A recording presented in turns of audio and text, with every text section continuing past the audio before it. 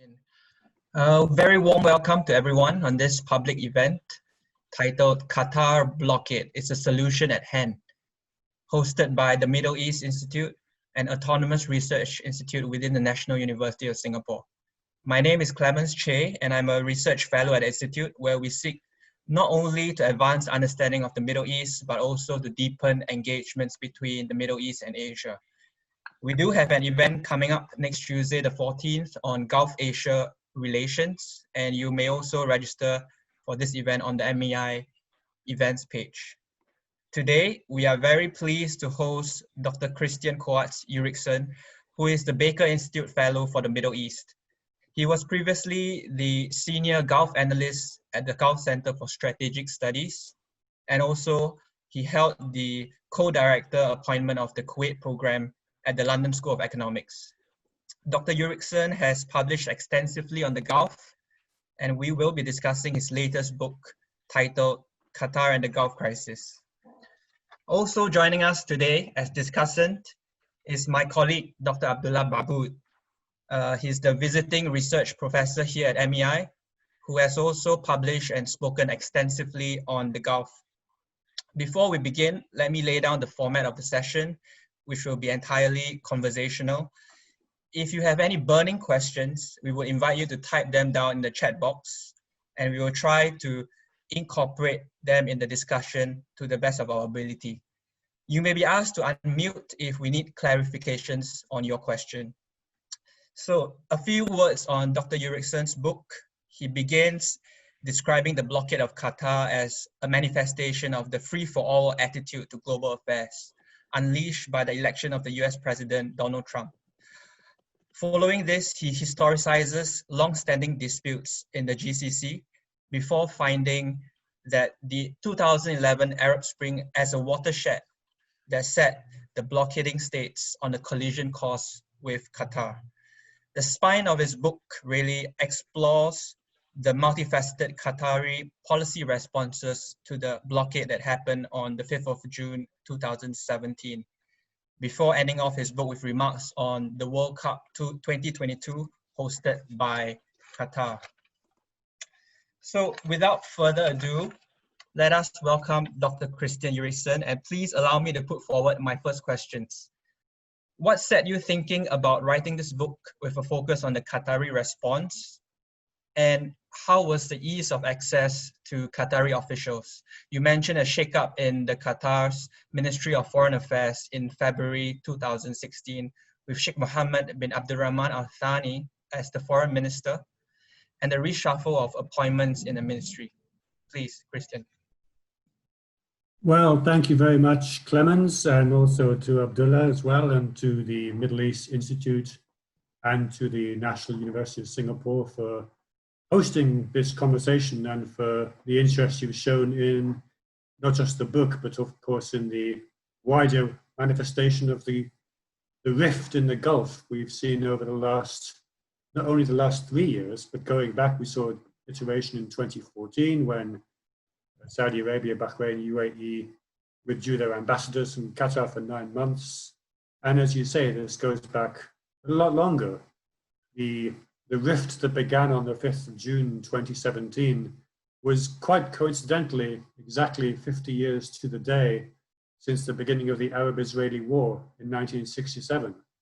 And just as that war really reshaped the politics of the Middle East for a generation and more, I think more than 3 years later, we're seeing to some extent that the rift in the Gulf has also redrawn the map of regional politics in the Gulf as well, in the Arabian Peninsula. So we're seeing similar ruptures, similar shocks to the system, and also the GCC, which had been created in 1981 at a time of significant external threat to the Gulf monarchies, the Iran-Iraq War and the revolution in Iran. The GCC had really endured as one of the more successful examples of a sub-regional organization in the Arab world. Granted, it hadn't made progress on closer political union, and often its members disagreed on large, sort of big ticket issues of foreign security and defense policy, but there was still a feeling that on most issues, technocratic especially, the Gulf states were better together than they were apart. And the sort of, as you say, the after effects of the Arab Spring, the different policy responses to 2011, have really driven a wedge across this sort of regional configuration of Gulf monarchies. In 2017, I was intrigued because not only did the blockade or the embargo, the boycotts, again, the very terms are disputed, so much of the terminology has become part of the polarization of narratives and views. But it began within months of the Trump administration coming to power. And it began with a hack, the hacking of the Qatar news agency, the implantation of a news story that was intended to not only to rebound badly, to reflect badly on the Emir of Qatar and on Qatar's foreign and regional policy, it was also picked up and disseminated almost instantaneously by media outlets in regional and also states, and also in the US as well, and clearly trying to shape an alternative narrative, which of course Kellyanne Conway, Donald Trump's advisor, had called alternative facts the very day after the inauguration, when there was a dispute over the size of the crowd in Washington, DC. And so in my view, this is the first manifestation of an international crisis in the alternative facts era, when suddenly fact and fiction were becoming more blurred, harder to distinguish. And there was a feeling, I believe, that in this environment, there was perhaps a once in a generation chance for Saudi Arabia and Abu Dhabi especially to take action to settle long-standing issues they'd had with Qatar, and perhaps feeling that the US administration would not necessarily stand in their way. And I think this was manifest in the campaign of outreach in the opening months of the Trump administration. And then, of course, in conversations that may or may not have happened in Riyadh when Donald Trump made Saudi Arabia his first overseas point of call in May 2017. And Trump himself, on Twitter, the second day of the crisis, himself alluded to conversations he had had in Riyadh when he initially threw his support behind the blockading states. So he himself drew a link. In terms of access, what I think has been quite distinguishing is the fact that the Qatari government has become much more aware of the importance of public diplomacy. And I think a lot of what may have been a lack of willingness to explain what they were doing and why they were doing it in 2011, 2012, when the Qataris were very active in that Arab Spring kind of maelstrom, I think that led to a lot of confusion, a lot of potential misunderstanding, and also a lot of second guessing, because there wasn't that level of explanation as to what they were up to and why they were up to it. And what I think we have seen over the last 3-4 years has been much more of an awareness that governments do need to explain what they're doing. They need to explain to allies, to partners, but also to publics. And this, to some extent, was an area that Qataris were behind on in 2017, in part because the UAE had built up such a high-level operation in Western capitals over the previous 10 years, but also because Saudi Arabia had done the same in 2016 when the Saudis were trying to block the passage of JASTA, the Justice Against Sponsors of Terrorism Act, which would have allowed 9/11 victims to move forward, or families of 9/11 victims to move forward in lawsuits against the Saudi government. So the Saudis and Emiratis were much more on the front foot, and the Qataris, to their credit, have very quickly played catch up. So to some extent, access was easier than it might have been, say, in the 2014 period of the dispute, when, again, a lot of kind of public diplomacy was less developed as it is now. Dr. Babood, do you have a question or comments on Dr. Ulrichsen's response? Yes, thank you, Clement, and thank you, Kristian, for this introduction. And also, I welcome all the participants as well to this event. The reason that we're talking about this event is that this book that just came up published by Kristian Ulrichsen is one of the best published books so far on the topic. Obviously, there has been a lot of publication and articles and so on, but this is a very comprehensive book that was worth talking about. And of course, as my colleague Clemens said, Kristian is a real specialist in the region, so it's a pleasure to have him join us. So that is on one hand. On the other hand, the crisis itself, people try, some people try to make it small and others try to make it large. It depends where you sit and who you talk to.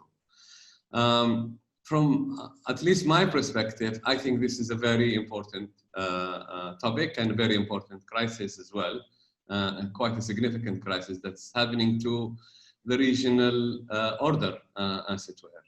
And this is what the book basically tackles.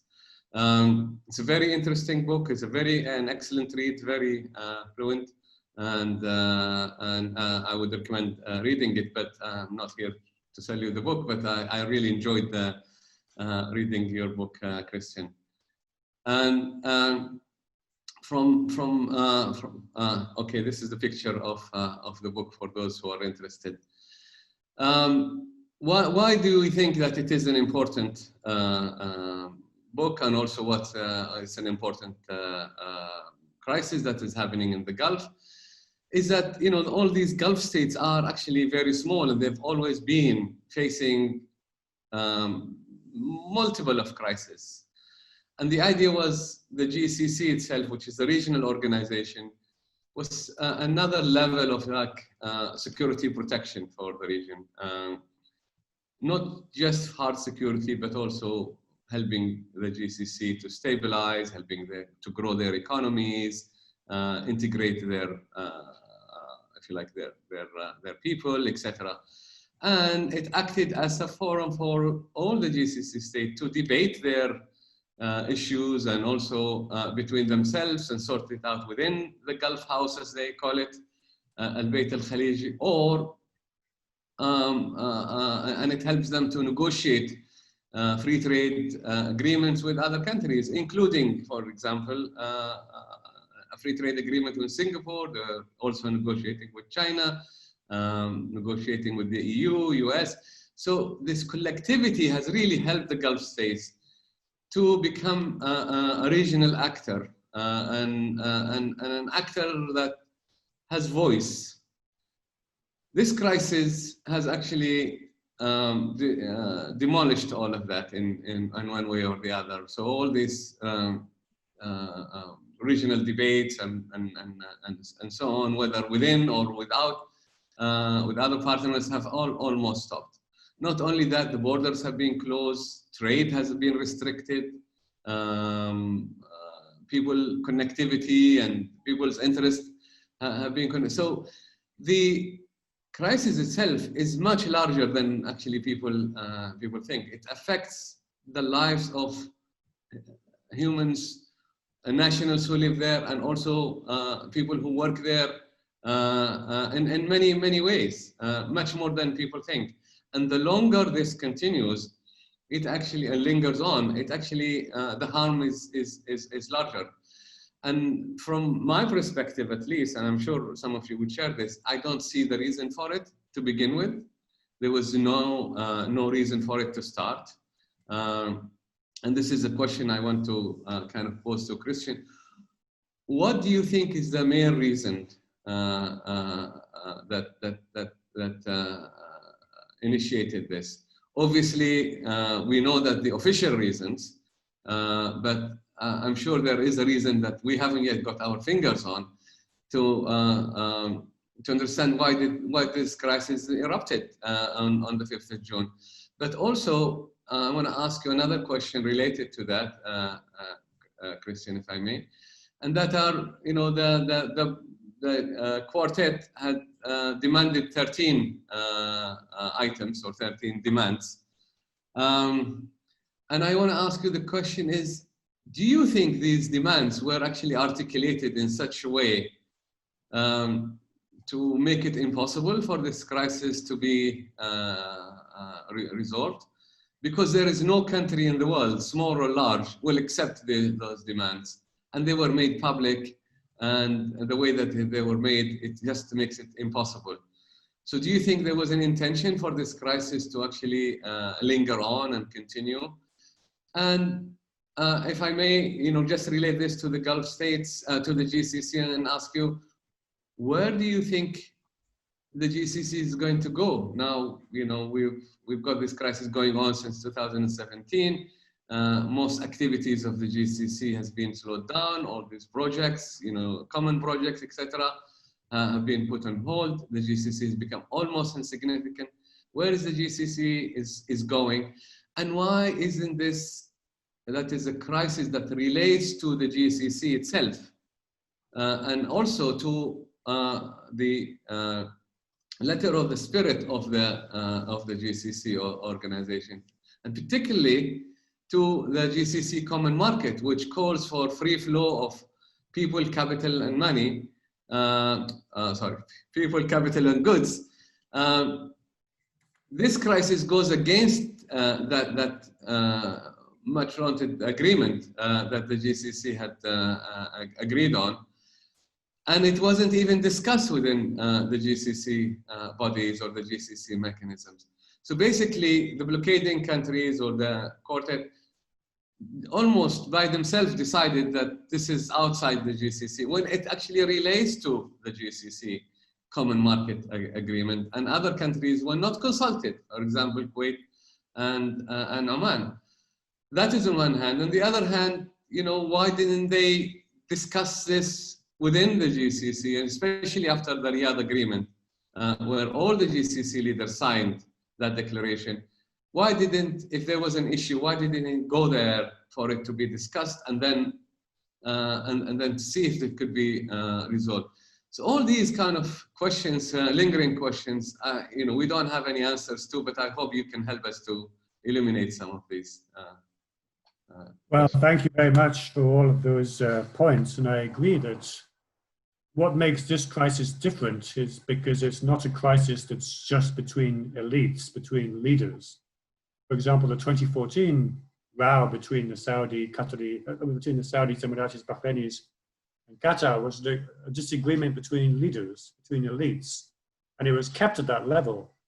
But as you say, the restrictions on travel, the fact that families are now unable to visit each other in many ways have been subjected to harassment as well on multiple levels. This is now a crisis of peoples as well as of leaderships.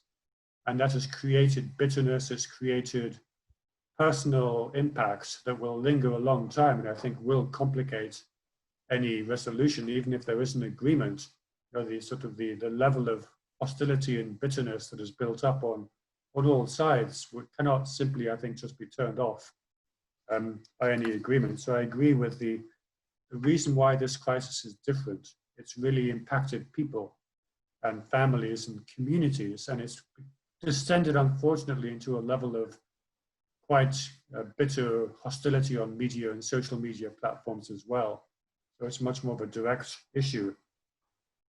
And again, for the GCC, as you say, at no point in this crisis does the GCC seem to have been involved.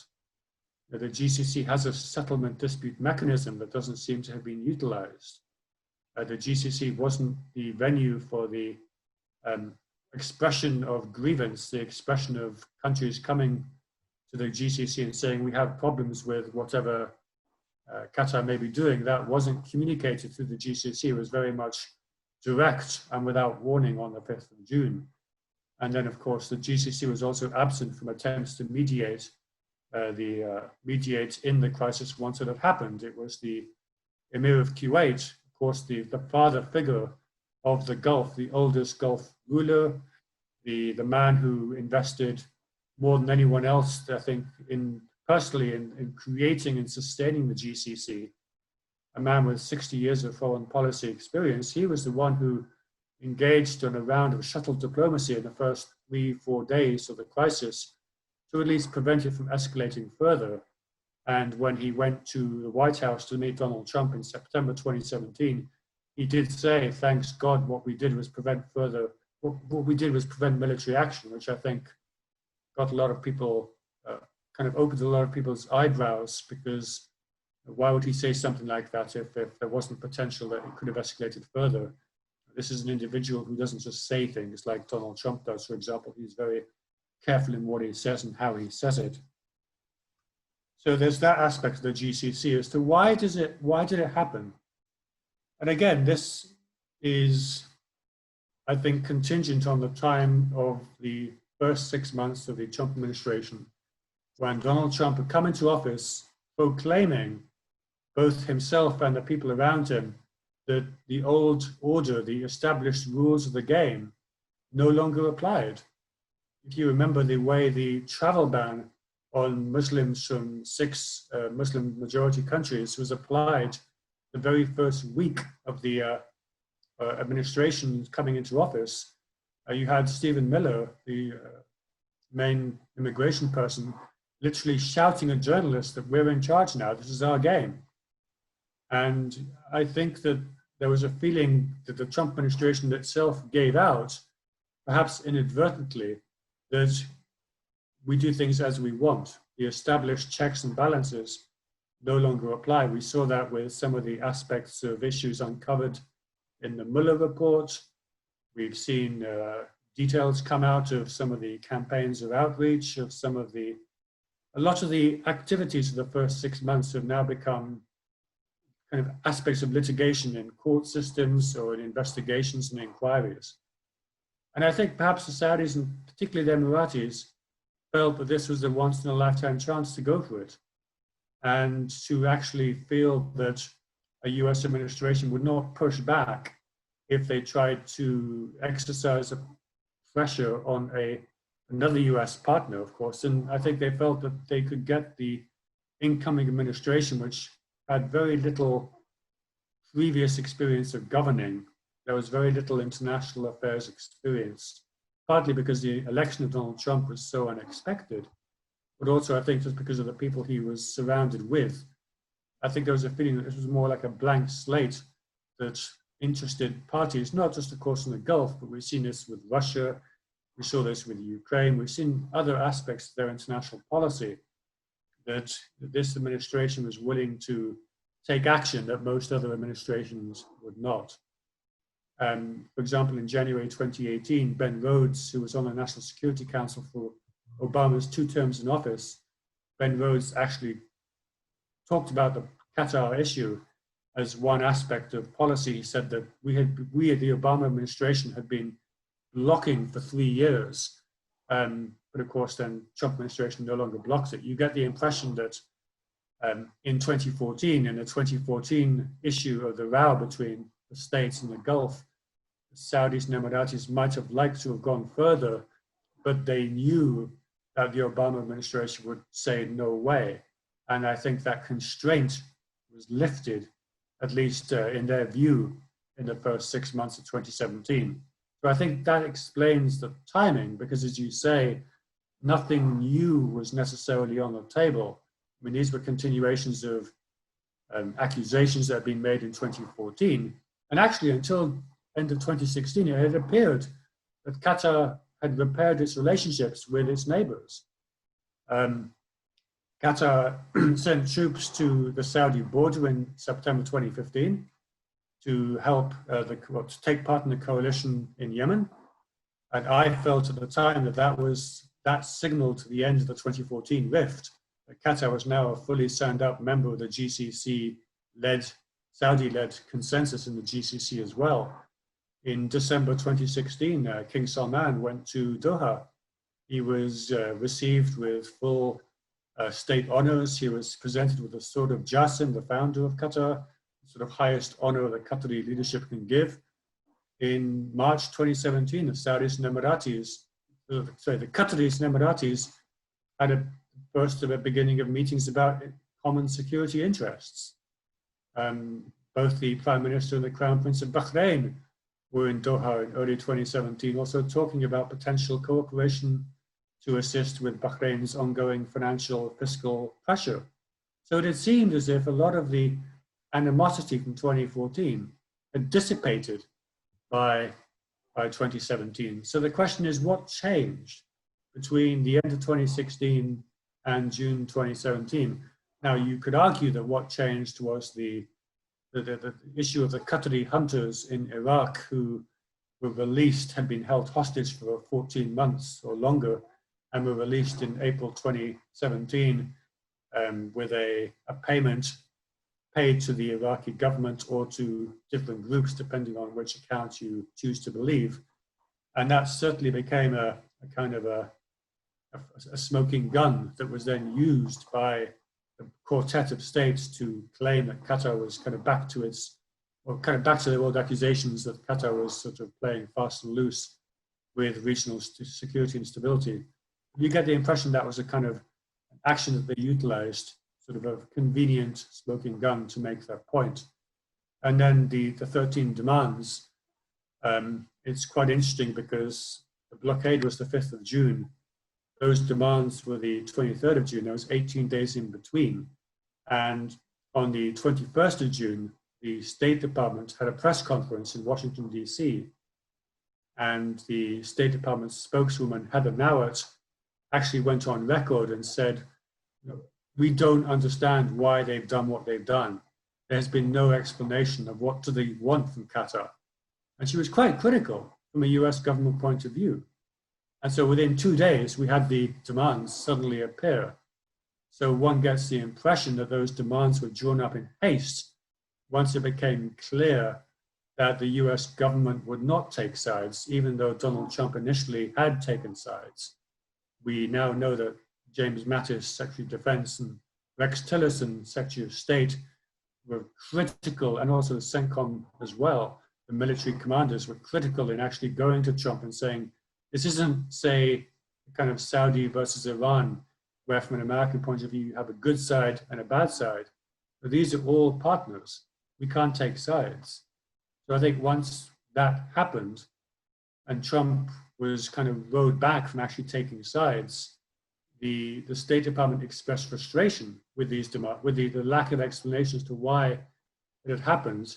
So I do think the demands were framed in such a way as, well, they were impossible for any state to accede to. They would have been infringed upon sovereignty. And a lot of people drew the analogy of 1914, the ultimatum given by Austria-Hungary to Serbia, which ultimately triggered the chain of events that led to the beginning of World War I. This was an ultimatum that no sovereign state could realistically expect to accede to. So I think they were designed to be rejected and probably to then legitimize the continuation of the action, even though the US government had by that point begun to make clear that they wanted it resolved and that they weren't going to take sides. So the demands became a sort of mechanism for kind of continuing to legitimate the embargo kind of going on and not being resolved. And I think also the way the demands were framed, for example, Iran being the #1 point, cut ties with Iran and cease kind of engaging with Iran on a government level, were also designed, not designed, but they also had an impact in Kuwait and in Oman, because Kuwait and Oman, like Qatar, had been working on practical engagement, creating working relationships with Iran. And we forget perhaps that at the beginning of the administration, when Trump came into office that same week, the Emir of Kuwait had sent a letter to Hassan Rouhani in Iran, trying to find ways, create a GCC-Iran dialogue to dial down the tension in the Gulf. And Rouhani followed up with a visit to Kuwait and then to Oman in February 2017. And then the Emir of Kuwait himself went to Oman to meet with Sultan Qaboos to then see how they could go further. So using then Iran as well as an issue against Qatar, I think was also, again, part of that tearing of the fabric of kind of creating tension more widely than just between Qatar and its neighboring states, because there would then be a feeling perhaps in Kuwait City or in Muscat of, are we next? Is this part of an attempt by Abu Dhabi and Riyadh to kind of impose a kind of a geopolitical straitjacket on what other Gulf states can or cannot do, either in terms of engaging with neighbors like Iran or with Islamist actors, for example, that also was heavily present in the demands. So I think that's also hurt the GCC. It's hurt the notion that the Gulf states have the flexibility to follow different points of view. And that flexibility was always what allowed the GCC to continue. Because at heart, this is a combination of 6 monarchies that went their own ways on certain issues. They cooperated on technocratic issues. They were never going to cooperate necessarily on big ticket items. And so the attempt to kind of force that onto Qatar had, I think, ramifications in Kuwait and Oman in 2017 as well. Where is the GCC going? I think the GCC was very fortunate in the first 2 years after 2017 in the sense that the rotating head of the GCC was Kuwait for 2017-18 and then Oman in 2018, early 2019, which allowed for a safe space, to use a term, to develop for meetings of technocrats to continue. So a lot of the committee meetings continued. Health meetings, meetings of commerce and industry ministers, technocratic water. So that coordination continued. A lot of meetings took place in Kuwait or in Muscat. And so the summits took place. The 2018 summit, 2017 summit was of course a bit of a disaster in a sense that it broke up after one session. But the very fact that it took place at all was, I think, testament to the wish of the Emir of Kuwait and respect for him in all states that at least as long as he's still with us, we will make an attempt to try and keep the GCC going. I think for now that Sultan Qaboos has also passed away, I think we may see once the Emir of Kuwait passes away, we may then be in a kind of new territory. This kind of the last of the older generation of kind of consensus builders in the Gulf will have passed from the scene. And that's when we may then see this kind of landscape of Gulf politics, this kind of newer generation of much more kind of national driven policy, kind of exclusionary, not inclusionary, come to the surface. So the cooperation has continued at technocratic levels. Obviously now the common market free movement has now been hit by coronavirus as well. I mean, this has now created problems for all the Gulf states, not just for Qatar. So, I mean, this is now an issue, I think, that all GCC states will have to try and grapple with. Now, I think it will be interesting to see whether the GCC can actually find a way of moving forward collectively, or whether we'll just have 6 different country level responses instead. I think some people thought that external events might erode some of the bitterness of the crisis. And that might have been either the attack on Saudi last September or Corona. The attack on Saudi was an external attack on the GCC, on one of the most important Gulf members, kind of reminding the Gulf that external threat has always brought them together. And then Corona was an external challenge, but a challenge that's common to all states, that doesn't respect political or geopolitical boundaries. And what we did see after the attack on Saudi in September 2019, we did see the beginning of a dialogue between Saudi Arabia and Qatar. Qatar did take part in a meeting of chiefs of staff in Riyadh. Qataris signed up to the collective reaffirmation of collective security. An attack on one is an attack on all. And those gestures were appreciated. We saw the beginning of a dialogue, but ultimately it didn't go anywhere. So even then, I think what had happened was, for a Saudi Abu Dhabi point of view, Qatar was not necessarily an issue that was worth testing that bond between the 2 crown princes. I mean, they have issues on Yemen, for example, that are going to be more difficult for them to resolve. So I think on Qatar, they agreed probably to at least not go any further with the dialogue. The Qataris, I think, would have hoped to try and split the Saudis away from the UAE. And that ultimately didn't happen in late 2019. That kind of connection proved strong enough to withstand an attempt by the Qataris to try and deal bilaterally with Saudi Arabia rather than with the quartet as a whole.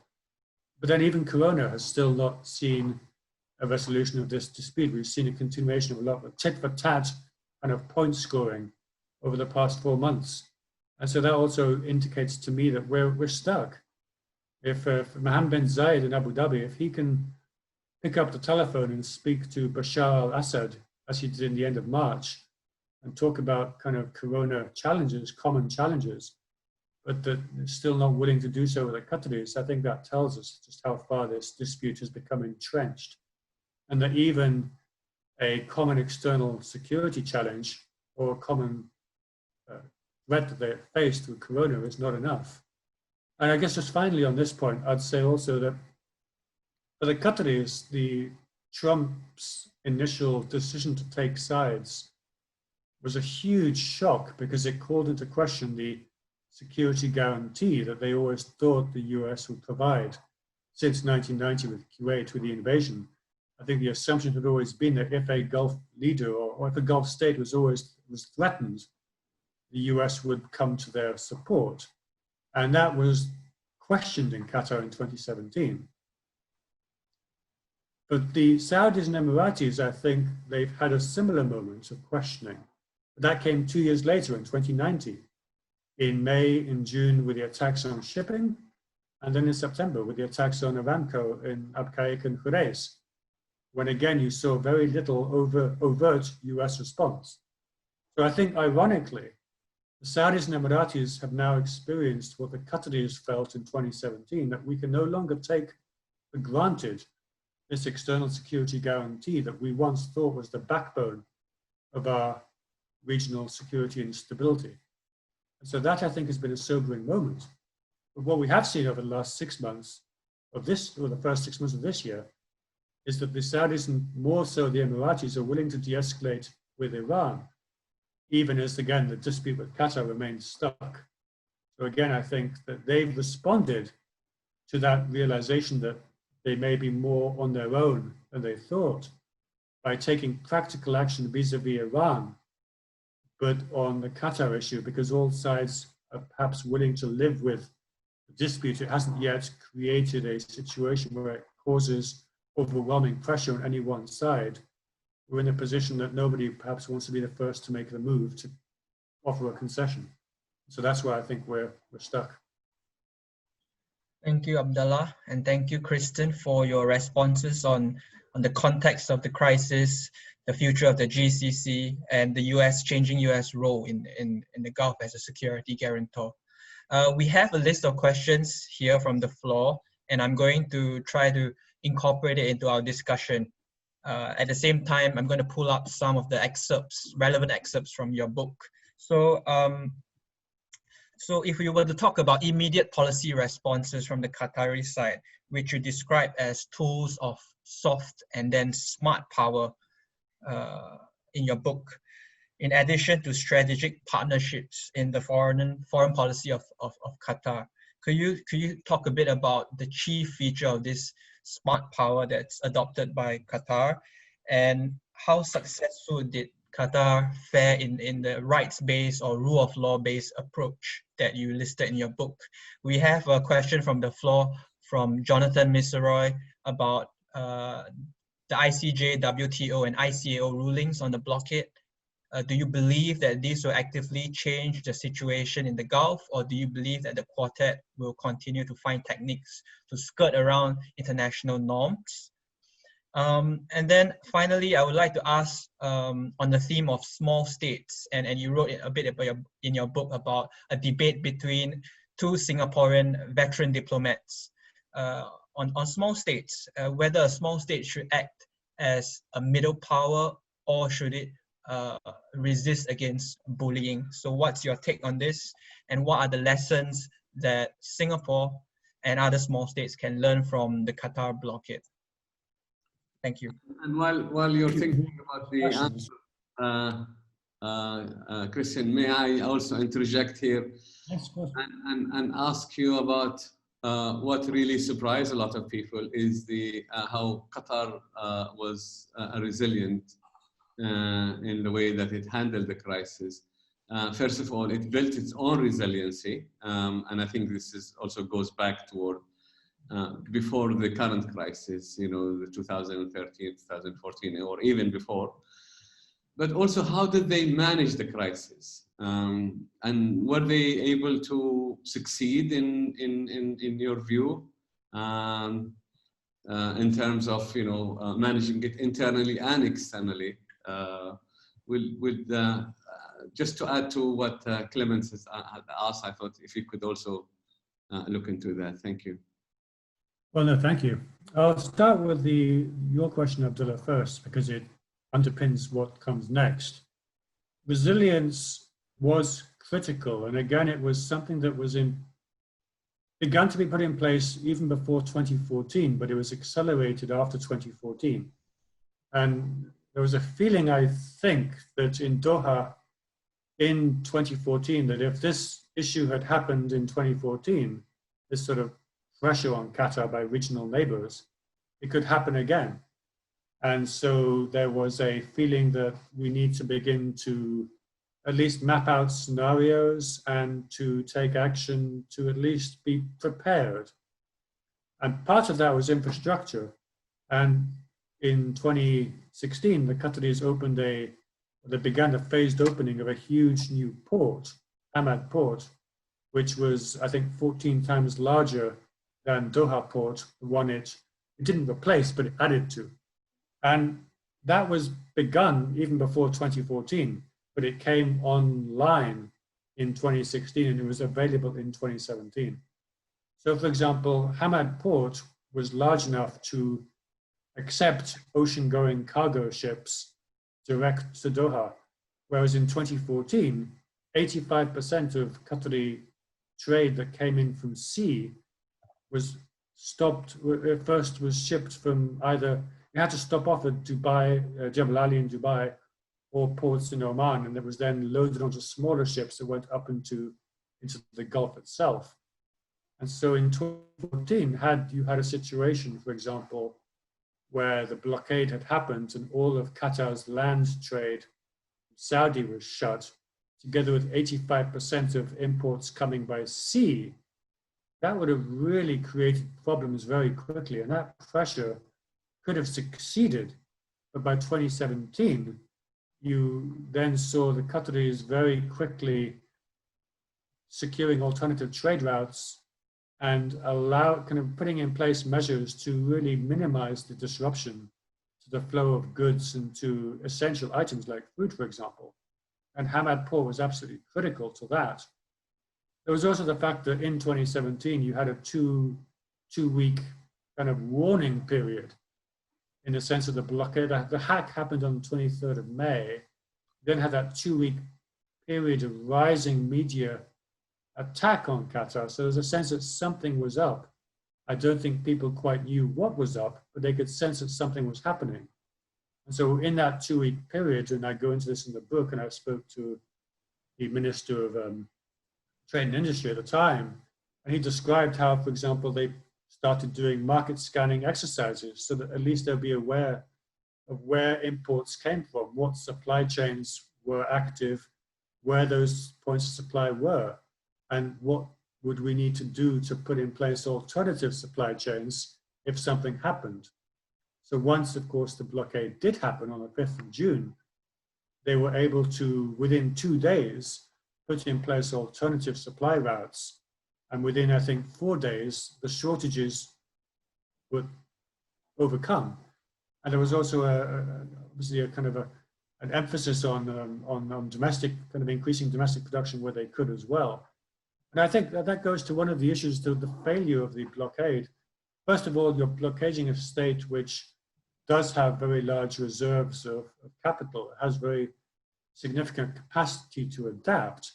And in those first months, the Qataris did spend $30 or $40 billion in adaptation, and in at least mitigating the disruption created by the measures taken on the 5th of June, and allowing normal life, so to speak, to continue for most people. I think one of the aims, perhaps, of the action on the 5th of June would have been to try and divide society from the state, to divide people, to set them against, to create panic. And that didn't happen. So in that respect, it didn't succeed.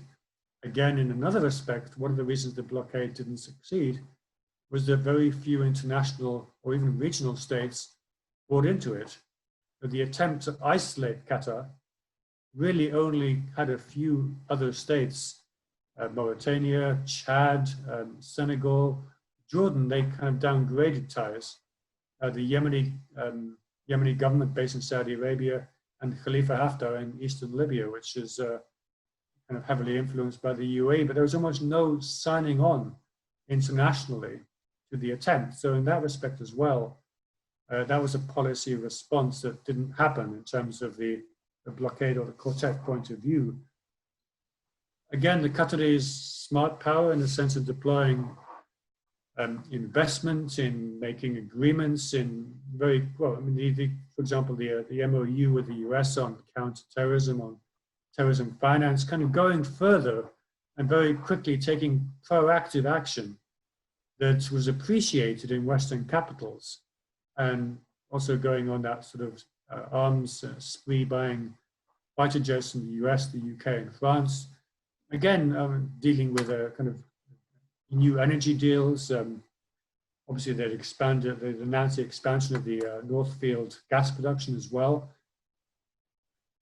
These were tangible impacts that, again, reinforced the commercial and energy links between Qatar and states around the world, which meant that very few states were willing to accept the narrative that had been tried to be pushed in June 2017. The response, another response, as I go into in the book, which I think Jonathan raised, was the rule of law approach. At least kind of taking all the issues raised by the blockade and separating them into different files, and then going with each file to an international body. Also as part of, I think, the successful attempt to reframe the narrative away from Qatar as a destabilizing actor. We don't know what they're doing. We don't know why they're doing it. We can't trust them. Reframing the narrative to one that the Qataris look like the responsible partner by saying, okay, there are issues, let's take it to the bodies of international organizations that are supposed to deal with them. And in an environment in 2018 and 19, when international institutions, although very shaken by the rise of populism, by Donald Trump, by Bolsonaro in Brazil, by the Chinese rise, by Brexit, you know, by going to these institutions, the Qataris were trying to reframe the narrative again as to what we're on the side of law and order and regulation, and the fact that you have rules. The guys on the other side are the ones who are trying to put in place an old-fashioned power play. And again, that was part of the attempt to succeed in winning the battle of ideas and in kind of reinforcing the failure of the quartet to get countries and peoples around the world to buy into the attempt to isolate Qatar and to sort of stigmatize Qatar as an actor that shouldn't be trusted or engaged with. We've seen, obviously, over the last few weeks, the World Trade Organization, the WTO, issue a ruling on one aspect of this, which was the piracy of international television broadcasting rights held by beIN Sports in Qatar. We now see the Saudis making moves to perhaps address some of the issues. But again, that's not necessarily because Saudi is willing and ready to reconcile. It's because the Saudis want something else. They want to take over Newcastle United Football Club. And this has emerged as an obstacle to that takeover. We still await the ICJ rulings, the rulings of the International Civil Aviation Organization as well on airspace and overflights.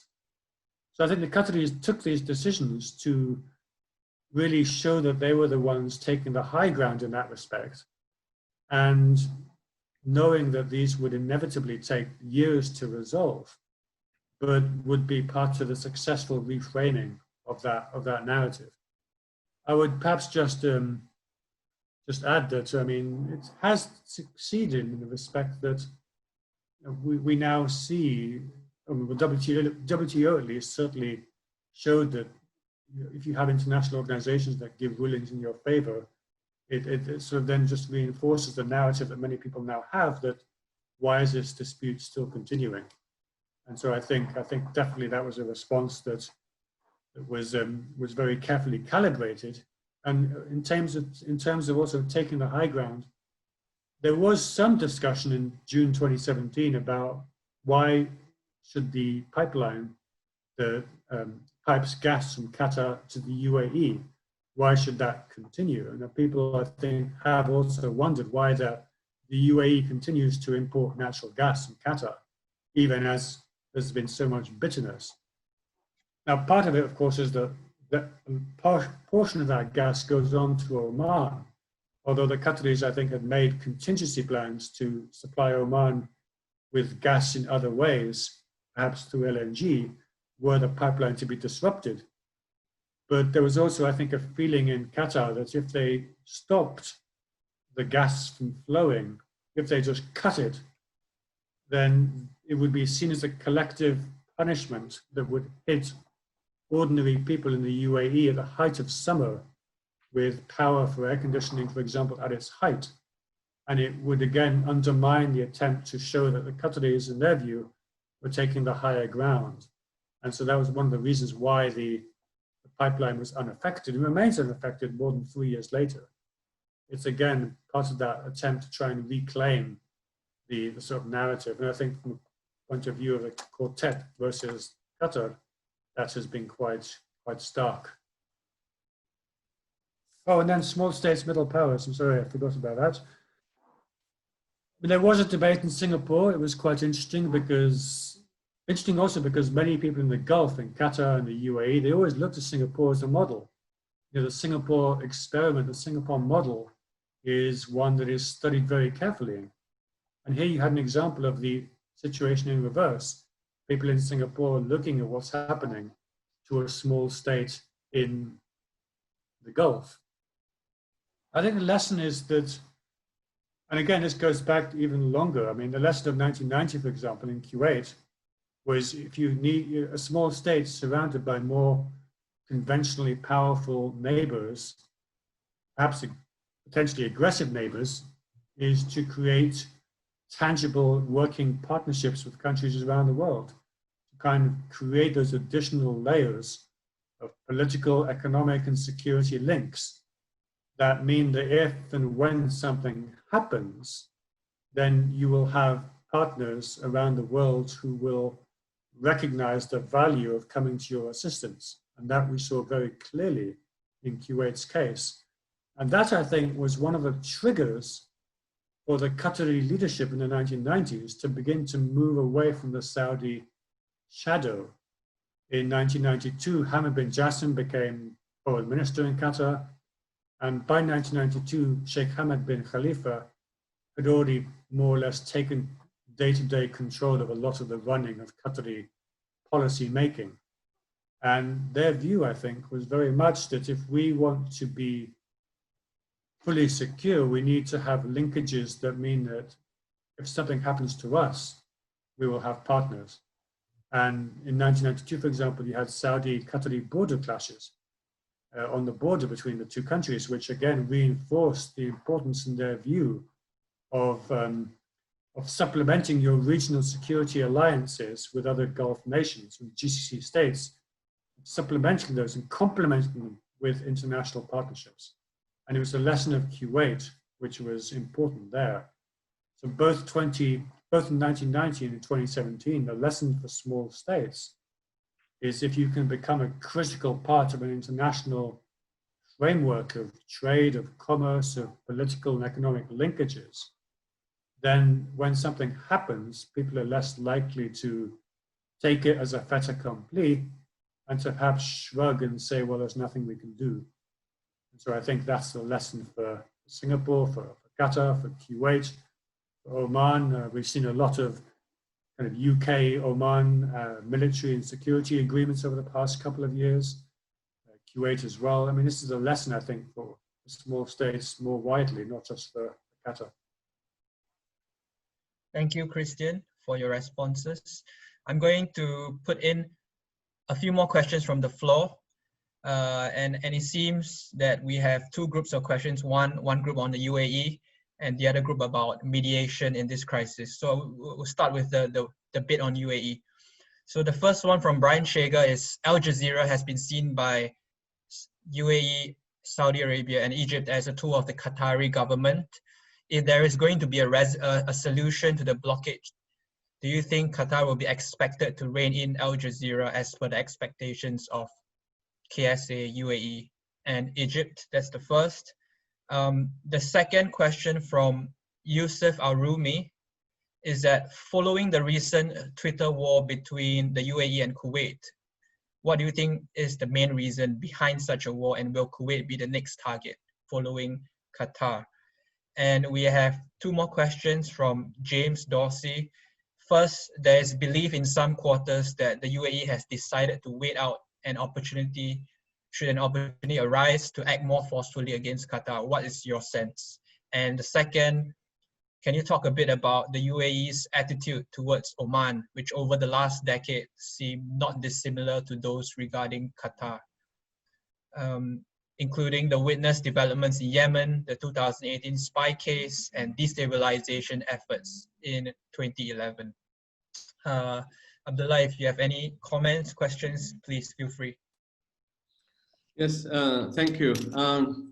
I think to add to that, Clemens, is that I also, I read what you said about Qatar kind of following high moral ground in terms of dealing with this crisis, and one can see that, and they've been doing well in that regard. And I think the global attention to what's going on attests to how successful they have been, and the fact that there are many countries now trying to resolve this situation. And I think I have another question to add to what has been asked, and that is, obviously, Kristian, if this crisis has a cost to everybody, it has a huge cost to Qatar, but it also has a huge cost to Saudi Arabia, to the United Arab Emirates, to Bahrain, and to all the other member states of the GCC, and to their international partners. So I'm trying to kind of build up this argument. What is the utility of continuing with this crisis when everybody is bleeding, especially given the economic situation now, post COVID-19 and the fall in the oil price? And the GCC has been also a very useful tool, a regional organization that can be used as another layer, if you like, of policy that is now almost become ineffective. Add to that, if the intention was that to stop Qatar having good relationship with Iran, the counterproductive, if you like, counterintuitive policy that has taken place now is that the quartet has pushed Qatar more towards Iran. And if they wanted less regional intervention, this has actually increased regional intervention. We've seen that with the Turks, obviously, moving in to help Qatar. I can go on about all the costs that this crisis is causing, and one of them you mentioned is about Yemen. The war in Yemen is, of course, has become costly to everybody. It's a quagmire to Saudi Arabia and the United Arab Emirates, and I think logic would dictate that they want to pull out. And now it'll be much easier if they had Qatar by their side in this regard, in terms of either supporting the war effort, which Qatar was doing, but not working against them, as they now, there are claims that Qatar is working against them, especially with its linkages with Islah and so on. And Qatar has been very active in the past in terms of trying to resolve internal conflicts within Yemen. So they, having Qatar on your side would have been much useful logically to Saudi Arabia and the United Arab than having it against you. And the same thing perhaps can apply to Oman, giving its relationship with the different Yemeni factions. So what logic are we using here to understand, what is the utility of this crisis and where is it going to lead? And if I may also add, obviously, sooner or later, logic will dictate that this crisis has to end. The question is, again, what each side could give in, what Qatar could give in. Obviously, we know what the other side, what Qatar wants from the other side, lifting the crisis, etc. Or it could be a gradual move towards that, as you mentioned in your book. But what Qatar could actually give in to kind of help sort out this crisis? Thank you. Well, thank you very much.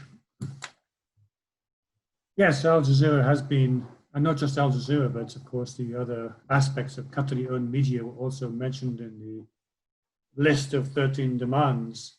They've been clearly a huge provocative nature for the quartet of states, and they remain so.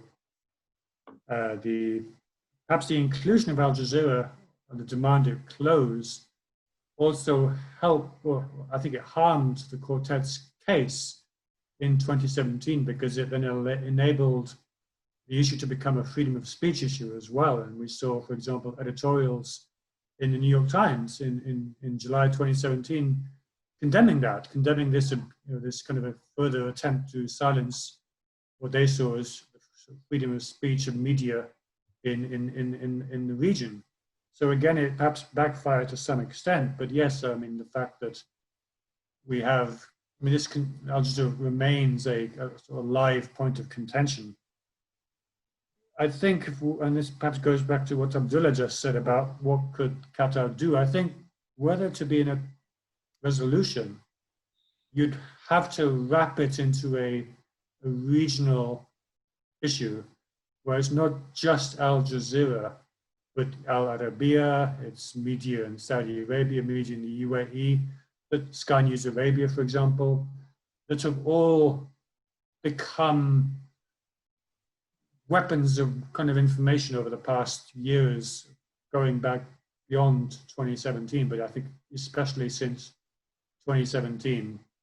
Any agreement that just focuses on Al Jazeera but doesn't necessarily focus on other media outlets that have been actually perhaps since 2017 just as, or even perhaps more so, kind of involved in these sort of media aspects of this of the dispute. I think they'll all have to be wrapped together in some framework agreement on how media operates, on the relationship between media and states, or perhaps between media and political agendas, because this isn't just a Qatar Al Jazeera issue, it's a Sky News Arabia Abu Dhabi issue, it's an Al Arabiya issue with Saudi and Emirati sponsors as well. And so I think if there's a way of kind of bundling these issues into regional agreements, that might be a way of at least ending, or at least dealing with one file. The problem, of course, is that we saw in 2014 with the Riyadh Agreements how an agreement that does just that, that commits all member states, not just Qatar, but all member states, from kind of engaging in activities harmful to internal security of other states. We saw how an agreement like that can become so bitterly polarizing and politicized when things break down again. And we saw in 2017 how the 2013 and 14 agreements became part of that narrative, that tool, that kind of competing narrative. And so I think also any agreement that is made, if there is one, would also have to satisfy all sides that actually this agreement will be respected by all, because the lesson of 2014-17 is that it wasn't. And that just created further erosion of trust on all sides. The Qataris will think, well, we signed an agreement in 2014, we feel we abided by it, but it didn't stop what happened in 2017. Saudis and Emiratis will think, well, we feel they signed the agreement and didn't stop what they were doing. So again, that kind of shows the erosion of trust on all sides, which will make it harder. And this crisis does have a cost. Why does it continue? I think it continues because, as I said, no one party feels they have to make the first move. Yes, it's cost the Qataris financially, it continues to do so. Qatar Airways, for example, reported losses in 2018 and 2019 after years of not reporting losses. Clearly now with COVID, we're in a different ballpark altogether. But there have been losses. There have been losses for the Saudis and for the Emiratis. Dubai has been hit particularly badly as well, partly because there were historical links between Qatar and Dubai. There's a lot of Qatari investment in real estate, in other aspects of Dubai's economy. Dubai's reputation as a place where you can do business without politics or geopolitics getting in the way has been hit. So all sides are hurting, but perhaps at the level of Doha, Abu Dhabi, Riyadh, no one side feels that they've been hurt enough that they feel they should be the one to make that first move. And when you have policy making concentrated in individual leaders, it can become personal. And I think that then makes it harder to reach an institutional agreement, just because so much of this now has become so personal, so polarizing, so bitter. The UAE, whether it's waiting for an opportunity, I think what we've seen since 2017 is that whenever they perceive an opportunity to try and push, they will try to do so. And as Yusuf Al-Rumi said as well with Kuwait, it's not just on the Qatar issue. There's I think a feeling that whenever something emerges, a leaked recording, perhaps a recording that has been edited or kind of even fabricated or put together in a certain way, these will continue to be tried. I think we also saw in the beginning of May, we saw reports again of a coup attempt in Doha, which were later shown to have no basis in reality. But it was almost a carbon copy of the 2017 fake news that began the crisis. In 2017, we saw almost a repeat verbatim in 2020, even at the same point during Ramadan. And so you kind of get the impression that they'll keep trying to see if perhaps we can begin just to kind of push an agenda, to push back. And that creates and continues to create that bitterness and discord and lack of trust on all sides. Now with Kuwait, and now also I think with Oman. Certainly there are people in Kuwait and people in Oman who were thinking, are we next? Noticing also that the pressure on Qatar began in July 2013, within weeks of Emir Tamim coming to power. The Qatari foreign minister, who's now the Minister of State for Defense, Khalid al-Atiyah, gave an interview in 2017 to TRT World, in which he recalled being telephoned by the Kuwaiti foreign minister in July 2017, saying we have a problem. So from a point of view of Kuwait or Oman, this might look like an attempt to put pressure on a young, new leader, just as he's settling into power, just as he's kind of putting his own kind of imprint on the country he's now in charge of, and perhaps a desire to push to see what happens. And so I think there was definitely a feeling that obviously with Oman drawing closer to a succession, which happened in January this year, and with the Emir of Kuwait just having turned 91, there was a concern that that might happen to them too.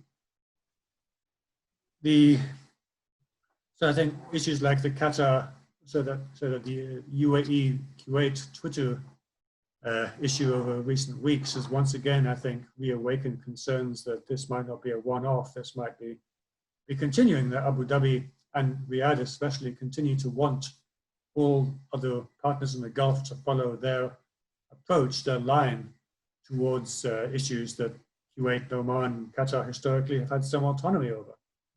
And that I think continues to erode trust that the GCC can move forward in that flexible form that allowed it to succeed for so long.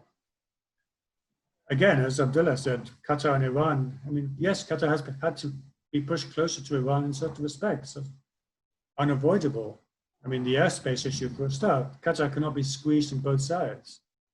And I think that's created friction in the US especially, where the Trump administration has tried to have its maximum pressure campaign on Iran since 2018 and would really want all of its Gulf partners on the same page. And of course, we now see the Trump administration wanting this dispute resolved so that they can focus on Iran in their view. And from Trump's point of view, he went to Riyadh in 2017 and called on the US's Sunni Arab partners to come together with the US against Iran. And what happened, within 2 days, they turned on each other. And I think there's definitely a feeling in the US that this has now gone on for way too long.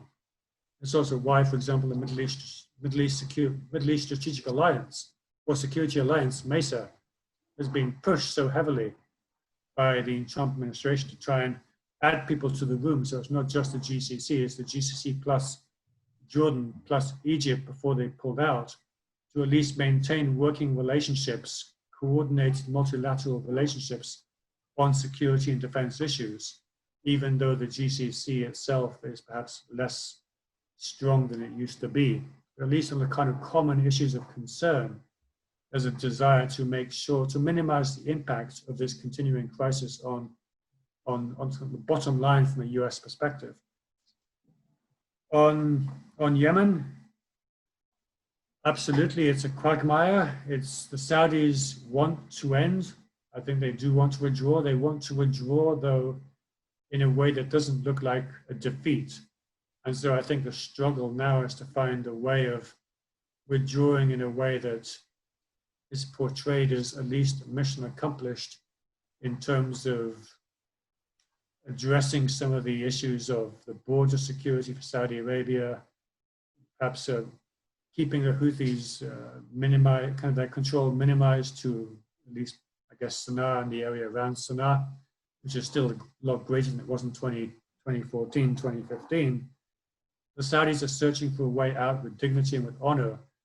And I think they also want to be part of the process that decides what happens next. And that's why we see all these parallel negotiations taking place, the UN negotiations, the Saudi Houthi negotiations, which have been facilitated by Oman, which are working now in parallel with Saudi STC negotiations on southern Yemen, which then brings up the issues of Saudi and Emirati interest in Yemen as well, which could easily diverge at some point. And a split over Yemen, I thought, would be more likely than a split over the blockade. So, yes, the crisis, I think, has to end at some point. I think what might be more likely is that it might fade into the background, become background noise, perhaps over time. We might see a kind of gradual fading away of some of the restrictions. I think one of the problems that Donald Trump had in 2018, when he saw himself as the mediator, he saw himself as the one who could bring them all together. He had a plan to bring Mohammed bin Salman, Sheikh Tamim, Mohammed bin Zayed to Washington for a series of separate meetings, and then for a sort of reconciliation summit in Camp David. I think that was never likely, partly because to have it so high profile would almost involve one or more of those leaders to acknowledge that they've made a concession, that maybe they made a mistake in going so far in the first place.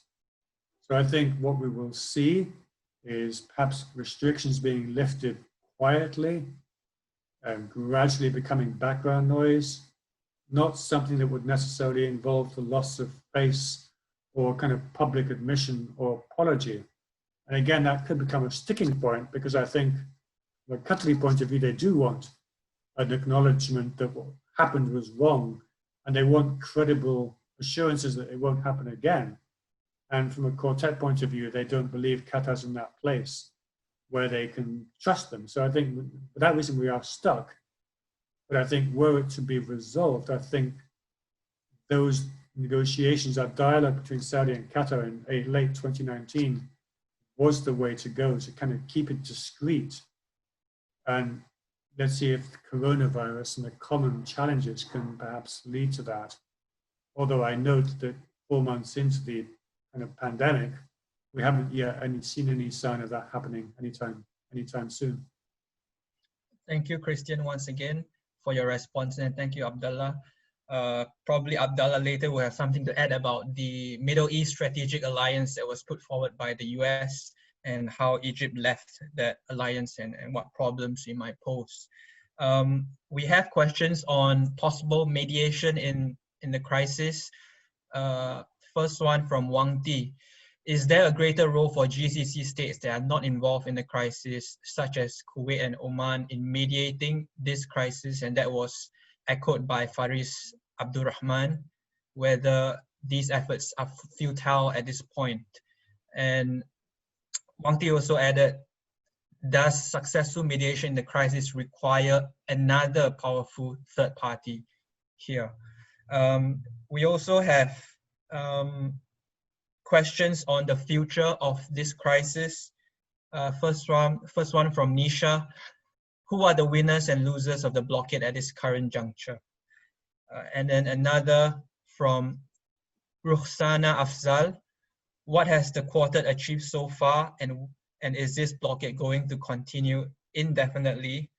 If I may add, from your book, you actually wrote that there is a spectrum of solutions, and you actually raised the possibility of whether it can go towards a full normalization of political relationships, or towards a more loose structure of cooperation. And then you ended off your book with a very poignant statement saying that, just as the crisis had its roots in Abu Dhabi, so it will end in Abu Dhabi if indeed it ends at all. Does it suggest that, somehow the resolution of the crisis still has to go through very senior leadership ranks in the GCC? Thank you. And Abdullah, if you have something to add, please go ahead. Yes, thank you, Clemens, and thank you, Kristian, for the explanation. I wanted to, if you like, add the point that was raised by Kristian, but also echoed by Clemens, and that is about the MESA, the Middle East Security Alliances. But before I do that, I wanted to just also ask you, Kristian, if I may, and that is, one of the side effects of this crisis is the damage that it's going to do to the GCC as a regional organization. Even if there was a reconciliation between Qatar and the Quartet, obviously there's something that has to be done to the GCC as a regional organization. It cannot continue the way it is with the same old charter that was, as we know, written in very quickly, and there are some institutions that are not even being put in action, like the dispute mechanism, etc. And maybe some of the decision making needs to be revised. So the whole charter perhaps needs to be revised. The whole GCC structure and institutions need to be revised. But while doing that, perhaps, and given that obviously there is an issue in the region beyond the GCC, with Iran, Iraq, etc. And there are a multitude of proposals and ideas. MESA is one of them, but MESA is very exclusive, as it were, and it's basically against Iran in this sense. But also there is a Russian proposal that is perhaps more inclusive and has support from some of the regional countries. And recently we've also heard the Iranian proposal, the Hormuz Peace Initiative. Obviously, it has its own shortfalls, etc. What I'm trying to get at is, will the GCC survive as it is? Will it needs to change some of its mechanisms and even its charter and improve to ensure that conflicts like this do not happen and linger on?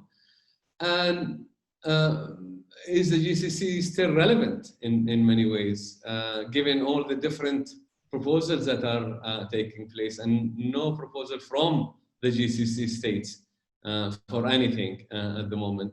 And can we think about maybe instead of the GCC or on top of the GCC, and another regional mechanism that more inclusive and more comprehensive, that includes all the actors in the region?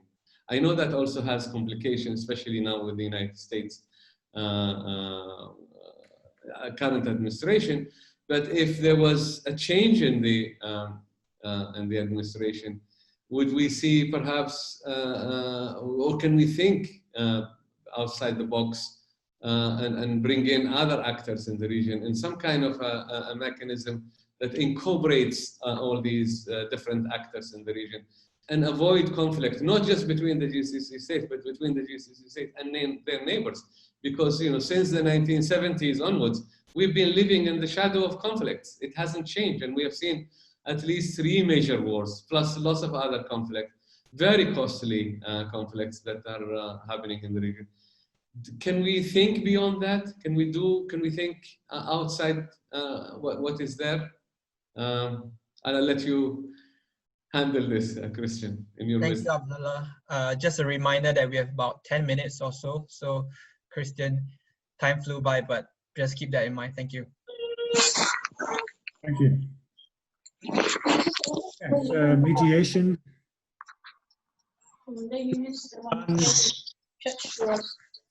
I think there's continuing need for Kuwait to be engaged. I think Kuwait remains engaged. I think obviously with Corona, this is an issue because the Emir of Kuwait is 91. He cannot be physically, personally engaged in the extent he needs to be isolated. He needs to be kept safe. So I think, in that sense, mediation right now is probably less visible, less direct, but at least perhaps Kuwait working with the US. And there was a question about kind of a third party, and I think the US has kind of tried to flit in and out at different points of time to be that powerful third party. And I think the nature of the Gulf states' relationships with the US will mean that were there to be a change of administration, were there to be a Biden presidency, we probably would see more moves towards some sort of deal, at least in a sense that the quartet of states would perhaps feel that there was no more potential that their attempt to isolate Qatar could succeed, because the individual, the administration that kind of raised that hope would have disappeared. So I think a lot might depend on the result in November, whether to be a second Trump presidency and a further weakening of international order and regional order, that might continue. But if whether to be a restoration of at least kind of lip service to the ideas of international cooperation and of sort of international organizations, that might be something to look out for in terms of trying to push for some sort of resolution. In terms of winners and losers, well, I think just by dint of the fact that there were no real additional countries that bought into the attempt to isolate Qatar, then the quartet has lost. They've failed to isolate Qatar. Qatar is now remains open. They remain security and strategic and political and economic partners to countries around the world. So in that respect, it failed. Even the countries like Jordan, Senegal, that initially downgraded ties, have since then kind of re-upgraded them as well. So even the limited support it attracted in 2017 has now fallen away. And as I said, the Qataris have managed to at least reframe the narrative away from destabilization and security to one of playing by the rules and respecting international institutions. So that respect, there's a kind of winner and loser in that respect. What has the quartet achieved? Well, ironically, they've pushed the Qataris to become more open on counterterrorism cooperation with the US, with other countries.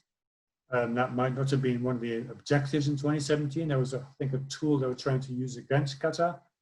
but the MOU, the kind of cooperation, the practical cooperation, if you talk to US officials, they would acknowledge that Qatar does now a lot more than they were doing in 2017. But that's part of the Qatari response. It wasn't necessarily something that Quartet was trying to push, although it's perhaps an unintended side effect. Resolution through Abu Dhabi, I think, is probably how, I think what we saw in late 2019, the Saudi-Qatari dialogue. Qataris I spoke to at the end of 2019 did observe that, in their view, the Saudi tone shifted after Mohammed bin Salman spent 4 days in Abu Dhabi in late November with Mohammed bin Zayed.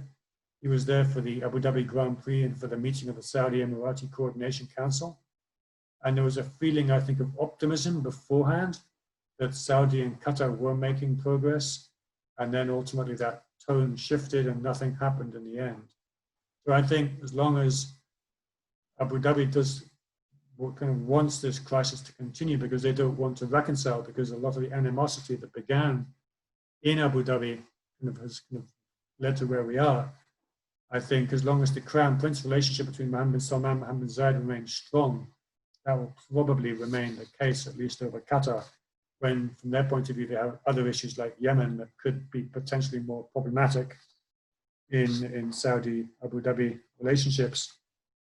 Damage to the GCC, I absolutely agree with you, Abdullah. Cannot continue in its current form. Obviously, the GCC now has a new Secretary General. He's from Kuwait. He's not a representative of one of the quartet of states, as the previous Secretary General was. He's now the Bahraini Foreign Minister. So I think the problem for the GCC was also that its headquarters was in one of the quartet of states, and its Secretary General was a leading figure in another.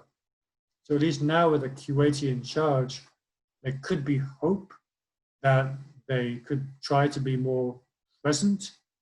Of course, the fact is that the new Secretary General took charge on the 1st of February, and almost within days, certainly within weeks, Corona changed everything. I mean, he has hardly been in office long enough to have anything to make any difference, because Corona has dominated everything and will probably do so for the foreseeable future. So at least the fact that you have now a Kuwaiti on top of the GCC offers hope that some of at least the GCC can perhaps become a more relevant mechanism for them thinking about what the future of the GCC is. Do they rewrite the charter? Do you have a GCC of more technocratic cooperation, less political cooperation? At least now with someone else in the top, those discussions we had. And then just finally on Gulf security, yes, we have had multiple initiatives, the Russian initiative, which is more inclusive, the HOPE, the Hormuz Peace Endeavor, which probably a non-starter for the Gulf states because it wants the exclusion of all extra-regional states like the US, but at least they provide options. And I think the Russian one, by adding participants to Gulf security, perhaps is one way we may see them go, in the sense that the Saudis and Emiratis now, as well as the Qataris, feel they cannot rely solely on the US. The Qataris have now diversified, especially with Turkey. We could see the Saudis and Emiratis doing the same with agreements with Russia, with China and others. So by adding participants, not subtracting, but by adding participants to regional security, you not only internationalize Gulf security, you internationalize what since 1990 had really been an American-led network of security and strategic interests. So you internationalize that, but you also bring in other parties, Russia and China and India perhaps, that will not take sides on that kind of dividing issue, the sort of Saudi-Iran issue, the kind of Gulf versus Iran. 40 years now, the US has been the most important actor in Gulf security, and it's taken sides. Russia will not, China will not, India will not, they will balance. And so you could see a greater balance restored to regional security if it becomes internationalized, if you add participants, and if those participants make it very clear and are understood by all parties that they will not be taking sides. There will not be another participant that will so consistently have taken sides as the US has done over the past 40 years. And I think we're seeing that unfold. To some extent, it will probably accelerate if Trump wins re-election. Whether it can survive if Biden tries to restore a more normal US administration, I still think that there will be nagging doubts in the Gulf that can we ever trust the US again after feeling abandoned by Obama and by Trump, by feeling that we have these doubts over two successive and very different administrations. Is this now a pattern that the US is less engaged? And so I think by internationalizing security in the Gulf, we could lead to greater balance.